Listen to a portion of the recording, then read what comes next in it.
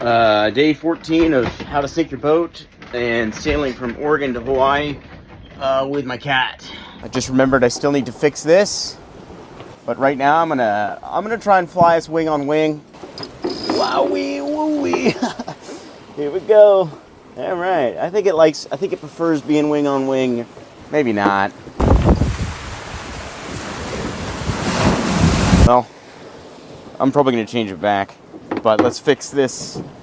Let's fix this. I don't have the right screws for it, so what we're gonna do is I found this. This should work. Let's see here. It's really easy doing repairs at sea. Oh. By the way, that red wing behind me that's flopping around, that's my hydrovane. So that actually steers the boat, and that is how I'm able to sleep. Now we're gonna lock it off.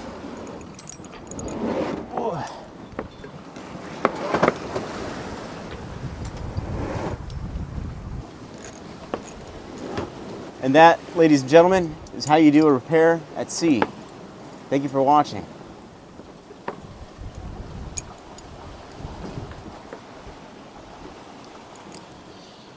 Ugh.